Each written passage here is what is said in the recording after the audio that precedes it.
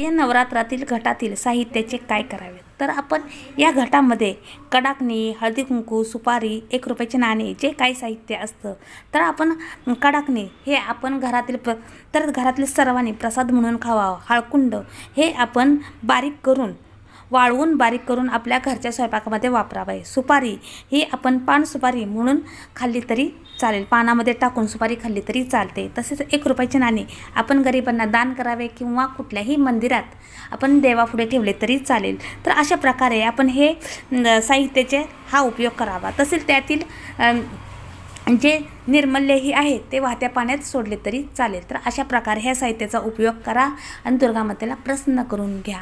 तर असा माझा छोटासा व्हिडिओ कसा वाटला तो कमेंट बॉक्समध्ये मला नक्की सांगा. असेच नवनवीन व्हिडिओ पाहण्यासाठी तुम्ही माझ्या चॅनलला सबस्क्राईब करा आणि व्हिडिओला लाईक करा. धन्यवाद धन्यवाद धन्यवाद. दुर्गा माता की जय. दुर्गा माता की जय.